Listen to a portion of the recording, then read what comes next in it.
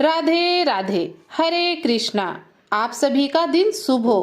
प्रिय भक्तजनों, पवित्र कार्तिक मास भगवान श्री विष्णु को अत्यंत प्रिय है, जिसे दामोदर मास भी कहते हैं। और हमारे चैनल पर इस पूरे मास में आप प्रतिदिन कार्तिक मास के महात्म्य और पवित्र कथाओं को सुन सकेंगे। और हमारी शुभकामना है कि यह पवित्र कार्तिक मास आप सभी के जीवन में अपार सुख, शांति और समृद्धि लेकर आए। आइए आज की कथा से पहले हम सभी मिलकर प्रार्थना करें। हे नंदलाल मुरलीधर श्री कृष्ण, हे प्रेम स्वरूप भगवान, आपकी कृपा से ही यह कार्तिक मास प्रारंभ हुआ। हम सभी के जीवन में भक्ति का दीपक आप प्रज्वलित करें, हमारे मन को पाप, मोह और अज्ञान से मुक्त करें। हे तुलसी माता, हम आपके चरणों में नमन करते हैं। जैसे आपकी पवित्र सुगंध वातावरण को शुद्ध कर देती है, वैसे ही हमारे हृदय को भी भक्ति और प्रेम से भर दीजिए। हम सबकी मनोकामनाएं पूर्ण हो और हर घर में श्री हरि का वास हो, और यह कार्तिक मास सुख, शांति और मंगल संदेश लेकर आए। सभी प्रेम से बोलिए श्री कृष्ण भगवान की जय, तुलसी माता की जय। आज की कथाओं का शुभारंभ करेंगे भगवान श्री गणेश जी की कथा से। एक बार गणेश भगवान बाल रूप में चुटकी भर चावल और चम्मच में दूध लेकर पृथ्वी लोक में घूम रहे थे। वे सभी को अपनी खीर बनाने को कहते जा रहे थे, पर सभी लोगों ने उनकी बात को अनदेखा कर दिया। इसी दौरान एक गरीब बुढ़िया ने उनकी खीर बनाना स्वीकार करके एक भगोने चूल्हे पर चढ़ा दिया। इस पर गणेश जी ने घर का सबसे बड़ा बर्तन चूल्हे पर चढ़ाने को कहा। बुढ़िया ने बाल लीला समझते हुए घर का सबसे बड़ा भगोना उस पर चढ़ा दिया। कुछ ही देर में एक चमत्कार हुआ। गणेश जी के दिए चावल और दूध बढ़ गए और पूरा भगोना उससे भर गया। इसी बीच गणेश जी नहाने के बाद खीर खाने की बात कहते हुए वहां से चले गए। उनके जाते ही पीछे से बुढ़िया के पोते पोती आए और भूख लगने पर बुढ़िया ने उन्हें वह खीर खिला दी। खीर बनते देख रही पड़ोसन को भी बुढ़िया ने कटोरा भरकर खीर दे दी। बेटे की बहू ने भी चुपके से एक कटोरा खीर खाने के साथ एक कटोरा खीर छिपा दिया। इसके बाद भूख लगी तो बुढ़िया ने भी खाने के लिए खीर हाथ में ले ली और बोली, आजा रे गणेशा, खीर खा ले। तभी गणेश जी वहां पहुंच गए और बोले कि मैंने तो खीर पहले ही खा ली। जब बुढ़िया ने पूछा कि कब खाई, तो कहने लगे, जब तेरे पोते पोती, पड़ोसन और बहू ने खाई तब मेरा पेट भर गया। इसके बाद जब बुढ़िया ने बाकी बची खीर के उपयोग के बारे में पूछा तो गणेश जी उसे नगर में बांटने को कहा। जब बुढ़िया ने खीर बांटी तो राजा को भी इसका पता लग गया। इस पर उसने बुढ़िया को अपने दरबार में बुला लिया। सारा हाल जानकर उसने बुढ़िया की खीर का भगोना अपने पास मंगा लिया। पर राजा के महल में जैसे ही वह पहुंचा, उसमें कीड़े मकोड़े और जहरीले जानवर गिर गए। यह देखकर राजा ने वह बर्तन वापस बुढ़िया को दे दिया और उसके घर ले जाते ही वापस वह पहले जैसा हो गया। इसके बाद बुढ़िया ने फिर से गणेश जी की बची हुई खीर के उपयोग के बारे में पूछा तो उन्होंने झोपड़ी के एक कोने में गाड़ देने को कहा, और ऐसा ही करके बुढ़िया रात को सो गई। अगले दिन जब बुढ़िया उठी और उसे अपनी झोपड़ी महल में बदली हुई और खीर के बर्तन सोने जवाहरातों से भरे मिले। गणेश जी की कृपा जानकर बुढ़िया बहुत प्रसन्न हुई। इस कथा को कहने के बाद हम सभी प्रार्थना करें कि हे गणेश भगवान, आपने जैसा फल बुढ़िया को दिया वैसा ही इस कहानी को कहते, सुनते और हुंकारा भरते सबको देना। सभी प्रेम से बोलिए विघ्नहर्ता भगवान गणेश से की जय। अब सुनिए कार्तिक स्नान की कहानी। कार्तिक मास में सभी औरतें तुलसी जी को जल से सींचा करती थी। एक बूढ़ी माई भी थी जो कार्तिक माह में तुलसी जी को सींचने जाती, और जब वह जाती तो तुलसी माता से कहती, हे तुलसी माता, सत की दाता, मैं तेरा वीरवा सींचती हूँ, मुझे बहू दे, पीले रंग की धोती दे, मीठा ग्रास दे, वैकुंठ में वास दे, अच्छी मौत दे, चंदन का काठ दे, अच्छा राज दे, खाने को दाल भात दे, और 11 के दिन कृष्ण का कांधा दे। बुढ़िया माई की यह बात सुनकर तुलसी माता धीरे धीरे सूखने लगी। तुलसी माता को इस प्रकार सूखते देख भगवान ने पूछा, हे तुलसी, तुम दिन प्रतिदिन क्यों सूखती जा रही हो? तब तुलसी माता ने कहा, बस मेरे मन की मत पूछो प्रभु। भगवान कहने लगे, मैं नहीं पूछूंगा तो कौन पूछेगा? तब तुलसी माता कहने लगी कि हे कृष्ण, एक बूढ़ी माई आती है और अपनी बात कहकर चली जाती है। मैं उसकी सारी बातें तो पूरी कर दूंगी, लेकिन कृष्ण का कांधा कहाँ से लाऊंगी? तब भगवान कृष्ण कहने लगे कि अगर वह मरेगी तो अपने आप ही मैं कांधा देने आ जाऊंगा। तुम बूढ़ी माई से यह बात कह देना। इसके कुछ दिनों के बाद वह बूढ़ी माई मर गई। बूढ़ी माई के मरने पर सारा गांव इकट्ठा हो गया और उनका अंतिम संस्कार आने पर उसे उठाने लगे, लेकिन वह बहुत भारी हो गई, जिससे उनकी अर्थी टस से मस नहीं हुई। सभी बोले, यह तो बहुत संस्कारी थी, बहुत पूजा पाठ करती थी, और तो और कार्तिक मास में तुलसी जी को भी सींचा करती थी। इसने तो कोई पाप नहीं किया, फिर यह इतनी भारी कैसे हो गई? सभी आपस में चर्चा करने लगे। तभी एक बूढ़े ब्राह्मण के वेश में भगवान कृष्ण वहां आए और कहने लगे, अरे भाइयों, यह भीड़ कैसी? तब गांव वाले बोले कि एक बूढ़ी माई मर गई है और वह इतनी पापिन थी कि उनकी अर्थी तो उठाए नहीं उठ रही, वह बहुत भारी हो गई है।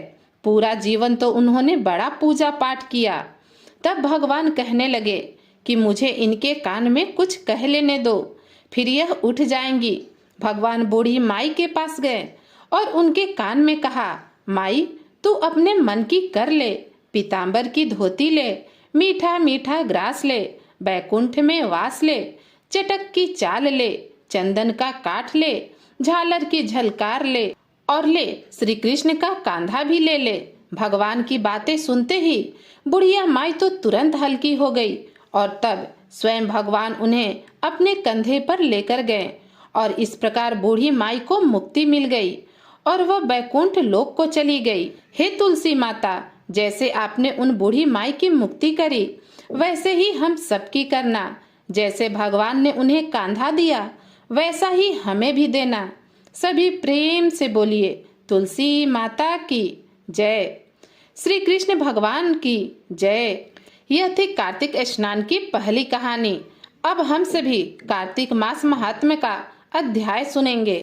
एक समय धर्म के गूढ़ रहस्यों, ज्ञान विज्ञान और शास्त्रों में वर्णित कथाओं पर गहन चर्चा करने हेतु 88,000 ऋषि मुनि नैमिषारण्य तीर्थ में एकत्रित हुए।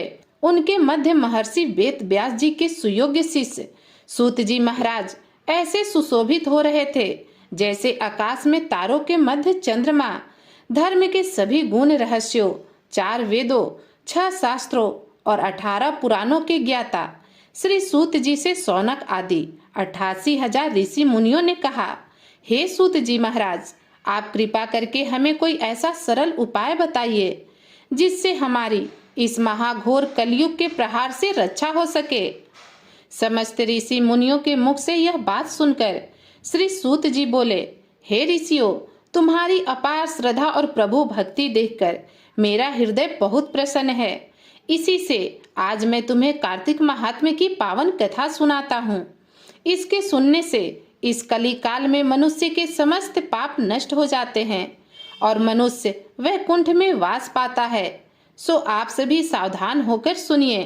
एक समय सभी जीवों का भला चाहने वाले श्री ब्रह्मा जी के पुत्र श्री नारद मुनि ब्रह्मलोक में पहुंचकर जगत रचयिता श्री ब्रह्मा जी को नतमस्तक प्रणाम करके विनीत भाव से पूछने लगे, हे जगत पिता, कृपया करके आप कोई ऐसा धर्मोपदेश सुनाने की कृपा करें जो इस काली काल में सब पापों को नष्ट कर देने वाला, मोक्ष देने वाला हो। नारद जी की श्रद्धा युक्त बातें सुनकर ब्रह्मा जी बोले, हे पुत्र, तुमने संसार के कल्याण हेतु यह बात पूछी है।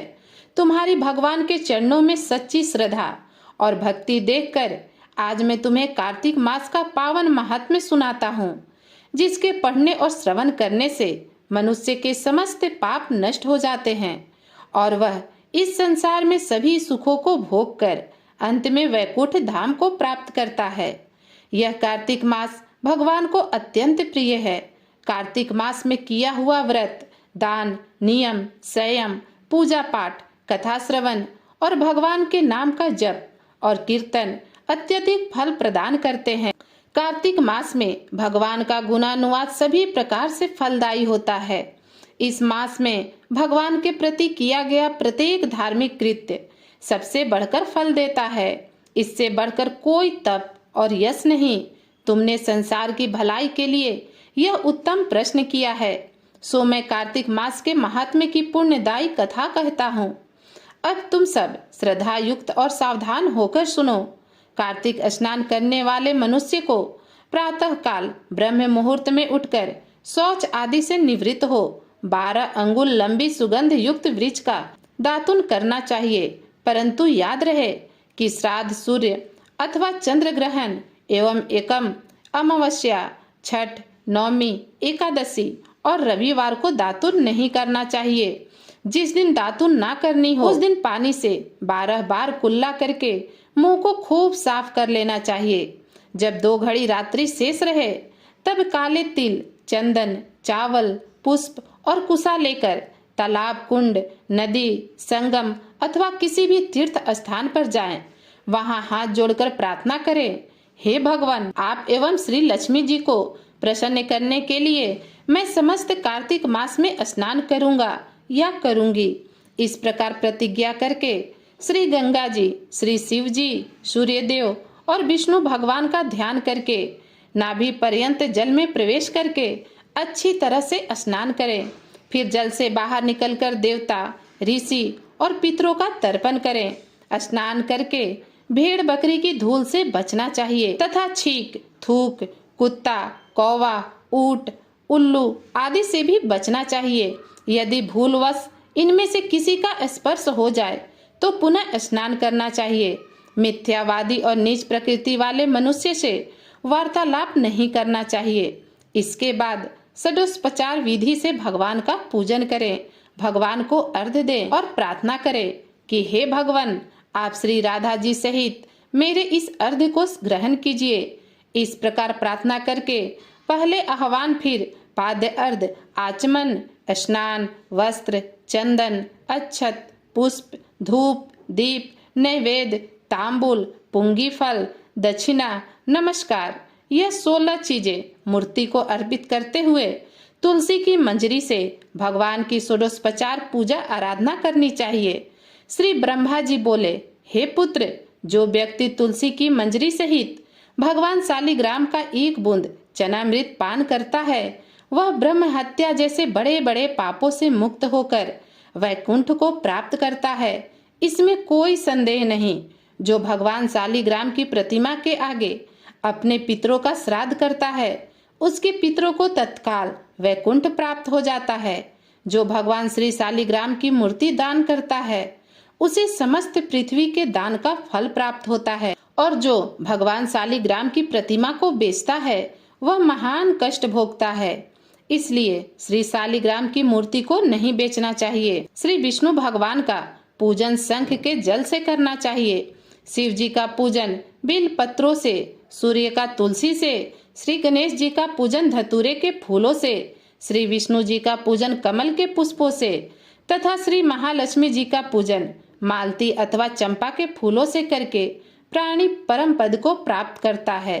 परंतु जो भगवान को परम्परे तुलसी से भगवान शालिग्राम की पूजा करता है, उसकी महिमा का तो वर्णन कोई भी नहीं कर सकता।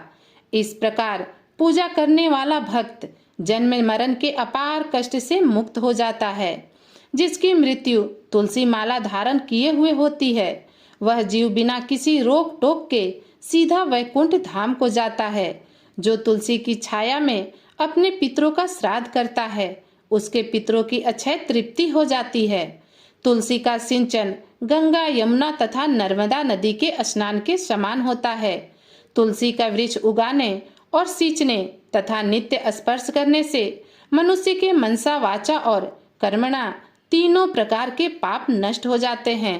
कार्तिक मास में व्रत करने वाला तुलसी जी का शांत चित्त से पूजन, प्रदक्षिणा और नमस्कार करके हाथ जोड़कर प्रार्थना करें, हे हरि की परम प्रिया, देवताओं ने तुम्हें बनाया और मुनीश्वरों ने तुम्हारा पूजन किया है। मैं भी नतमस्तक होकर आपको नमस्कार करता हूँ। जो प्राणी आंवला के पत्तों और पुष्पों से भगवान का पूजन करता है तथा अथवा आंवला के वृक्ष के नीचे बैठकर भगवान का पूजन करता है, उसको स्वर्ण के फलों और फूलों से पूजा करने का पुण्य प्राप्त होता है। जो मनुष्य द्वादशी को तुलसी तथा आंवले के पत्ते को तोड़ता है वह घोर नरक भोगता है। प्रत्येक मनुष्य को चाहिए कि कार्तिक मास में आंवले के फल, तुलसी, गोपी चंदन की माला धारण करें। ऐसा करने से वह आवागमन के चक्र से मुक्त हो जाता है।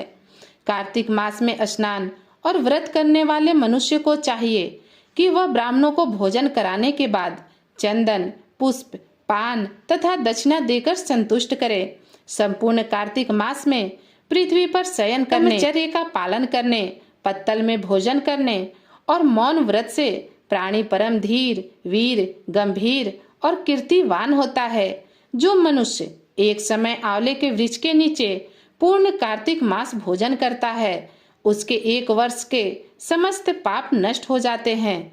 व्रत करने वाले को शहद, कांजी, दाल, तेल, कच्चा भोजन, दूसरे का अन्न तथा कोई भी तामसिक या बुरे नामों वाला भोजन नहीं करना चाहिए। रविवार को आंवला खाना भी वर्जित है। देव, गौ, वेद तथा दूसरों की निंदा भी नहीं करनी चाहिए। अंडे, मांस इत्यादि का सेवन तो क्या, ध्यान भी नहीं करना चाहिए। मिट्टी में उत्पन्न हुआ नमक, मसूर, बासी भोजन, तांबे के पात्र में डला हुआ दूध इत्यादि यह सब मांस के ही समान माने जाते हैं, अतः इनका प्रयोग भी नहीं करना चाहिए। केवल स्वयं अपने लिए बनाया गया भोजन भी मांस के समान होता है, अतः किसी दूसरे को खिलाने के बाद ही स्वयं भोजन करें। लहसुन, प्याज, फूलगोभी, गाजर, जंगली घिया, बैगन, पेठा तथा दोबारा पकाया भोजन व्रत में नहीं खाना चाहिए। रजस वाला स्त्री, म्लेच्छ, पतित तथा पाखंडी आदि से भी भूलकर बात नहीं करनी चाहिए। एकम को पेठा, दूजे को बैगन, तीज को गोभी का फूल, चौथ को मूली, पंचमी को बेलफल, छठ को कलिंदा, सप्तमी को आंवला, अष्टमी को नारियल, नवमी को जंगली घिया, दसवीं को परमल, एकादशी को बेर, द्वादशी को मसूर, त्रयोदशी को पान, चतुर्दशी अमावस्या तथा पूर्णमासी को किसी भी फली का साग भूलकर भी नहीं खाना चाहिए। हरे कृष्णा। अब आपको सुनाते हैं ठाकुर जी और उनके भक्तों की कुछ कथाएं। जब कोई भी गुरु अपने शिष्य को शिक्षा प्रदान करते हैं तो उनके मन में एक भय हमेशा रहता है कि उनका वह शिष्य उस शिक्षा का सदुपयोग करेगा या दुरुपयोग, क्योंकि जब भी कोई सदुपयोग करता है तो गुरु की प्रशंसा होती है। दुरुपयोग करने पर सब गुरु को ही उलाहना देते हैं, गुरु को ही कोसते हैं। और आज के इस कहानी में आप जानेंगे कि गुरु महाराज जब अपने शिष्यों को पूरी शिक्षा दे देते हैं तब बारी बारी से कैसे अपने शिष्यों की परीक्षा भी लेते हैं और अंत में क्या परिणाम निकलता है। एक बार एक प्रतापी संत व्यास जी अपने शिष्यों को आश्रम में पढ़ा रहे थे। उनके बहुत सारे शिष्य थे। व्यास जी रोज अपने शिष्यों को नई नई बातें सिखाते और ज्ञान ध्यान की बातें भी समझाया करते। धीरे धीरे समय बीतता गया और सभी शिष्य अपनी विद्या में निपुण हो गए। तब एक दिन संत महाराज ने कहा कि अब आप कहीं भी जाकर अपनी आगे की साधना कर सकते हो और लोगों में अपने ज्ञान का प्रचार भी कर सकते हो। धीरे धीरे सभी शिष्य गुरुजी से आज्ञा लेकर अपने अपने रास्ते को चल दिए। काफी समय बीत जाने के बाद एक दिन संत महाराज ने सोचा कि मेरे शिष्यों को गए हुए काफी समय हो गया, तो क्यों ना चलकर उनकी परीक्षा ली जाए, कहीं वे मेरी दी गई शिक्षा का दुरुपयोग तो नहीं कर रहे। इस तरह संत महाराज जी अपने आश्रम से अपने शिष्यों को ढूंढने निकल गए और बारी बारी से सभी से मिले। मिलने पर संत महाराज ने पाया कि सभी तो सही दिशा में काम कर रहे थे, लेकिन एक शिष्य था जो अभी भी बाकी था। उसके बारे में संत महाराज जी को पता चला कि उसने तो अपना घर छोड़ दिया और जंगल में एक संन्यास आश्रम खोल लिया है, और वह तो बड़ा ही कठोर जप तप कर रहा। संत महाराज जी यह बात सुनकर बहुत प्रसन्न हुए और उससे मिलने जंगल की ओर चल पड़े। जंगल में शाम के समय एक बहुत ही सुंदर महिला पायल की छमछम की आवाज करती हुई आश्रम में आई और देखने लगी कि बाबा जी आंखें मूंदकर भक्ति में लीन हैं। तब वह सुंदर महिला बाबा के थोड़ा और पास गई और जाकर अपनी चूड़ी और पायल खनकाने लगी। छमछम की आवाज से जब बाबा ने आंखें खोली तो देखा कि सामने ही एक बहुत सुंदर स्त्री खड़ी थी। तब वह सुंदर स्त्री हाथ जोड़कर कहने लगी कि महाराज, मैं बड़ी परेशानी में हूँ। मैं अपने संग की सहेलियों के साथ मेला देखने आई थी। रास्ते में इतनी भयंकर आंधी और बरसात आई कि हम सब आपस में बिछड़ गए। न जाने कौन किधर चली गई, और अब तो अंधेरा भी होने लगा है और मैं भटकती हुई इस घंघोर जंगल में आ गई हूँ। तो कृपा करके बाबा आज रात मुझे अपनी कुटिया में ही बिताने दें, आपकी बड़ी कृपा होगी। तब बाबा जी कहने लगे, अरे बावली, यह धर्मशाला नहीं है, यहाँ तो बस मेरी एक कुटिया है और इसमें भी केवल संत फकीरों का ही आसन लगता है, जिसमें हम भजन किया करते हैं, माला जपते हैं, अपने शरीर की साधना करते हैं, और यहाँ पर औरतों का कोई काम नहीं। तू कहीं और जाकर अपना ठिकाना देख। तब वह स्त्री कहने लगी कि महाराज, अब तो धीरे धीरे रात हो गई, मैं अकेली अबला नारी कहाँ जाऊंगी, मुझे रात तक तो रुकने दो, बस सुबह होते ही मैं अपने रास्ते चली जाऊंगी। तब बाबा मन ही मन कुछ सोचने के बाद कहने लगे कि चलो एक काम करो, मेरी आसन कुटिया के बाहर लाकर रख दो और तुम कुटिया में अंदर जाकर सो जाओ। सुबह तक बाहर मत निकलना, अंदर से कुंडी लगा लेना, और हाँ, मैं बार बार कह रहा हूँ कि रात को बाहर मत निकलना, क्योंकि मेरी भक्ति में बाधा होती है। तब वह स्त्री बोली, ठीक है महाराज। अब संत महाराज बाहर अपने ध्यान में भजन में लीन हो गए और वह स्त्री अंदर से कुंडी लगाकर सो गई। अब आधी रात तक तो बाबा जी भजन ध्यान जब तब करते रहे, और अचानक आधी रात को बाबा जी को उस स्त्री का ख्याल आने लगा। अब उनके मन में कपट आने लगा और उनके कदम कुटिया की ओर बढ़ने लगे। वहां जाकर उन्होंने दरवाजा खटखटाया, लेकिन बहुत दरवाजा खटखटाने पर भी उस स्त्री ने दरवाजा नहीं खोला। तो बाबा को बड़ा गुस्सा आया। तब वह कभी हथौड़े से कभी डंडे से दरवाजा को तोड़ने लगा, और बहुत देर मेहनत करने के बाद आखिरकार दरवाजा टूट गया। रात के समय में कुटिया में बहुत अंधेरा था, तो बाबा ने दिया ढूंढकर जला लिया। अब जैसे ही अंधेरी कुटिया में दिए की रोशनी फैली तो बाबा ने देखा कि एक बहुत ही बड़ी बड़ी दाढ़ी मूछ और बड़ी बड़ी जटाओं वाले महाराज आंखें मूंदकर माला फेर रहे हैं। अब तो वह कपटी बाबा महाराज को देखकर हैरान रह गया, प्रसन्न रह गया कि यह जटाओं वाले महाराज कोई और नहीं बल्कि स्वयं महात्मा व्यास जी ही एक महिला के रूप में अपने चेले की परीक्षा लेने आए थे। और इस तरह से गुरु जी का वह शिष्य अपने गुरु द्वारा ली गई परीक्षा में हमेशा हमेशा के लिए असफल हो गया। और यह निर्भर करता है कि हम अपने गुरु द्वारा दी गई शिक्षा का किस तरह से उपयोग करते हैं, उसे अच्छे काम में लगाते हैं या फिर बुरे काम में लगाते हैं। संत श्री रघुनाथ दास गोस्वामी जी राधा कुंड गोवर्धन में रहकर नित्य भजन करते थे। नित्य प्रभु को 1000 दंडवत प्रणाम, 2000 वैष्णवों को दंडवत प्रणाम और 1 लाख हरि नाम का नियम था उनका। भिक्षा में केवल एक बार 1 दोना छाछ यानी मट्ठा ब्रजवासियों के यहाँ से मांग कर पाते। एक दिन बाबा श्री राधा कृष्ण की मानसी सेवा कर रहे थे और उन्होंने ठाकुर जी से पूछा कि प्यारे, आज क्या भोग लगाने की इच्छा है।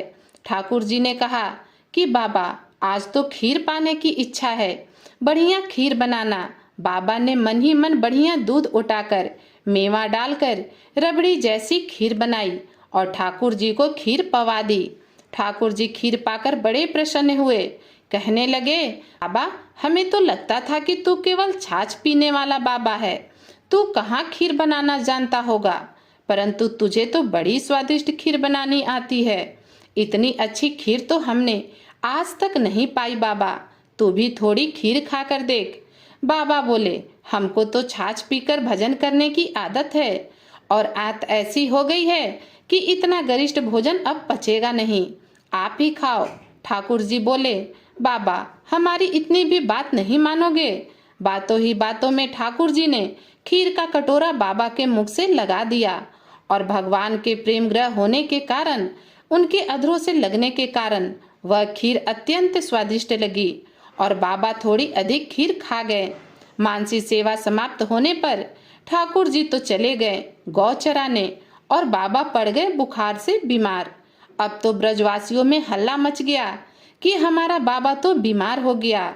जब यह बात श्रीनाथ जी मंदिर में श्री विठल नाथ गोसाई जी के पास पहुंची तो उन्होंने अपने वैद्य से कहा कि जाकर श्री रघुनाथ दास जी का उपचार करो, वे तो हमारे ब्रज के महान रसिक संत हैं। वैद्य जी ने बाबा की नाड़ी देखकर बताया कि बाबा ने तो खीर खाई है। ब्रजवासी वैद्य से कहने लगे कि 20 वर्षों से तो नित्य हम बाबा को देखते आ रहे हैं। यह बाबा तो ब्रजवासियों के घरों से एक दोना छाछ पीकर ही भजन करता है और यह बाबा कहीं आता जाता तो है नहीं, फिर भला खीर मांगने कहाँ चला गया। ब्रजवासी वैद्य से झगड़ा करने लगे, कहने लगे, तुम कैसे वैद्य हो? अरे तुम्हें तो कुछ भी नहीं आता। वैद्य जी बोले, मैं अभी एक औषधि देता हूँ जिससे उल्टी होगी और पेट में जो कुछ भी है वह बाहर आ जाएगा। अगर खीर नहीं निकली तो मैं अपने आयुर्वेद के सारे ग्रंथ यमुना जी में प्रवाहित करके उपचार करना ही छोड़ दूंगा। ब्रजवासी बोले, ठीक है, औषधि का प्रयोग करो। बाबा ने जैसे ही औषधि खाई वैसे ही वमन हो गया और वमन में खीर बाहर निकली। अब तो ब्रजवासी पूछने लगे कि बाबा तूने खीर कब खाई?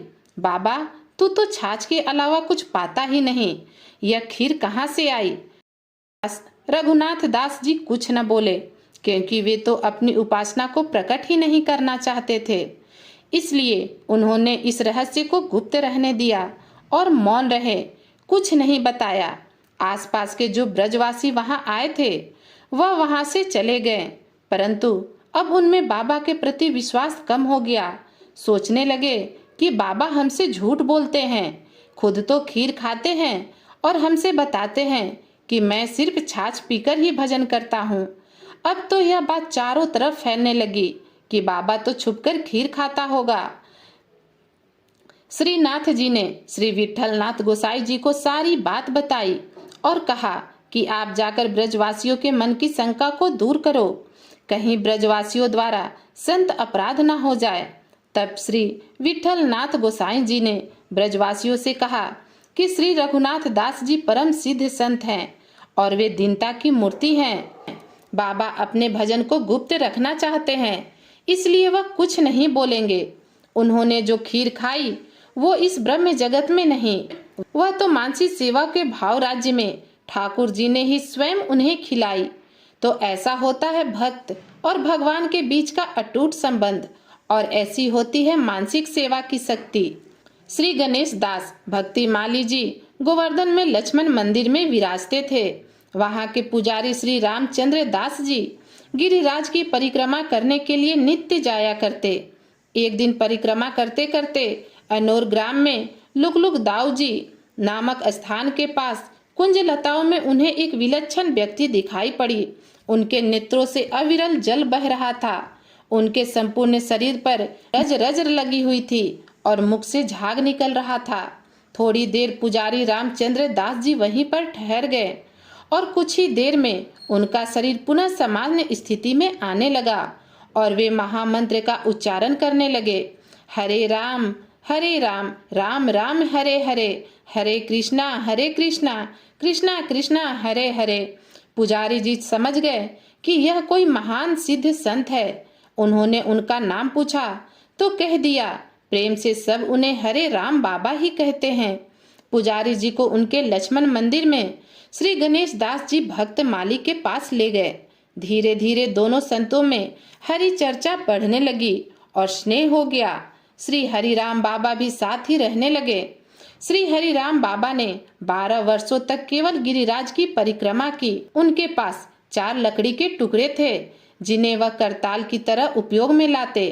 उन्हीं को बजा बजा कर महामंत्र का अहरिश 12 वर्ष तक जप करते करते श्री गिरिराज जी की परिक्रमा करते। जब नींद लगती तो वहीं सो जाते, जब नींद खुलती तो फिर से उठकर परिक्रमा करने लग जाते। नित्य वृंदावन की परिक्रमा और यमुना जलपान, यमुना जी स्नान उनका नियम था। बाद में बाबा श्री सुदामा कुटी में विराजमान हुए। जब हरे राम महामंत्र का कीर्तन करते करते हरे राम राम राम हरे हरे, हरे कृष्ण कृष्ण कृष्ण हरे हरे, तब उनको प्रेम आवेश होता और भगवान की साक्षात अनुभूति होती। एक नील वर्ण की कांत दिखाई पड़ती और उसी में श्री कृष्ण का दर्शन उन्हें हुआ करता। उसी को पकड़ने के लिए बाबा अक्सर उसके पीछे पीछे भागते और फिर कुछ देर बाद उन्हें मूर्छा आ जाती। उनका शरीर कांपने लगता और बाद में फिर से साधारण स्थिति हो जाया करती। एक बार बाबा श्री गणेश दास जी, पुजारी श्री रामचंद्र दास जी और श्री हरिराम बाबा, यह 3 संत पैदल जगन्नाथपुरी दर्शन करने के लिए निकले। रास्ते में कीर्तन करते करते श्री हरिराम बाबा को प्रेमावेश हुआ और पास ही के एक गन्ने के सघन खेत को 3 मील तक चीरते हुए वे पार हो गए। पूरा शरीर रक्त से भर गया, घंटों मूर्छित अवस्था में रहे और ऐसा रास्ते में कई बार हुआ। बहुत दिनों के बाद वे संत जगन्नाथपुरी पहुंच गए। जयपुर में एक भूरामल बजाज नाम के एक व्यापारी रहते थे, जो बाबा के शिष्य भी थे। एक बार उन्होंने अपने 3 मंजिला मकान की छत पर कीर्तन का आयोजन करवाया। अनेक सत्संगी भक्त और संतों को बुलाया, बाबा को भी कीर्तन में बुलाया। बाबा ने कहा कि छत पर कीर्तन करना ठीक बात नहीं, पता नहीं कब प्रेमावेश आ जाए और सब लोगों को परेशानी हो जाए। अच्छा होगा कि नीचे आंगन में ही कीर्तन हो। भूरामल सेठ ने कहा कि महाराज आप केवल कोने में बैठे रहना, अब इंतजाम हो गया है। भूरामल के आग्रह करने से बाबा कीर्तन में बैठ गए। कीर्तन शुरू हुआ। हरे राम राम राम हरे हरे, हरे कृष्णा कृष्ण कृष्ण हरे हरे। परंतु कुछ देर बाद उनसे रहा नहीं गया। वे कीर्तन में इतने लीन हो गए कि नृत्य करते करते वे दौड़ पड़े और छत से नीचे जा गिरे। सब लोग नीचे भागे और बाबा को उठाया। कुछ देर तक मूर्छा रही। बाबा के एक हाथ में ज्यादा चोट लग गई, जिस कारण भूरामल बड़े दुखी हुए कि हमने बाबा की आज्ञा का उल्लंघन किया। भूरामल ने बाबा को अपने ही घर पर रखकर उनकी बड़ी अच्छी प्रकार से बहुत लंबे समय तक सेवा की। एक दिन श्री हरिराम बाबा प्रसन्न होकर बोले, भूरामल बच्चा, मैं तेरे ऊपर बहुत प्रसन्न हूँ, कुछ मांग ले। भूरामल ने कहा, बाबा मेरी तो बस यही इच्छा है कि मेरा शरीर भगवान का भजन करते हुए छूटे और मुझे भगवान के नित्य धाम की प्राप्ति हो। बाबा ने कहा, ठीक है बच्चा, ऐसा ही होगा। तू अकेला ही नहीं बल्कि तेरी पत्नी भी तेरे साथ भजन करते करते भगवान के धाम को जाएगी। और फिर इस घटना के कुछ समय बाद एक दिन श्री गणेश दास जी, पुजारी श्री रामचंद्र दास जी और श्री हरिराम बाबा, यह 3 संत जयपुर के पास गलता आश्रम पर प्रातः काल स्नान कर रहे थे। श्री हरिराम बाबा पहले स्नान कर और तिलक स्वरूप करके माला जपने लगे। उसी समय हरिराम बाबा सहसा उठे और दोनों हाथ उठाकर आशीर्वाद देकर बोले, बहुत अच्छे भूरामल बच्चा, धाम को पधारो और ठाकुर जी को मेरी ओर से भी प्रणाम कर देना। बाबा गणेश दास जी और पुजारी जी ने बाबा से पूछा कि बाबा आप यह आकाश की ओर देखकर किससे बातें कर रहे हैं? श्री हरिराम बाबा ने कहा, क्या तुमने नहीं देखा? भूरामल उसकी पत्नी के सहित विमान में बैठकर बैकुंठ को जा रहा, उसी को आशीर्वाद देकर भगवान को प्रणाम करने को कह रहा था। थोड़ी ही देर बाद भूरामल सेठ के घर का एक सेवक आया और उसने बताया कि कुछ देर पहले भूरामल सेठ और उसकी पत्नी का भजन करते करते शरीर छूट गया। यह थी आज की कथाएं। अगर आपने इन कथाओं को अंत तक सुना तो वीडियो को लाइक करके कमेंट में हरे कृष्ण जरूर लिखिएगा।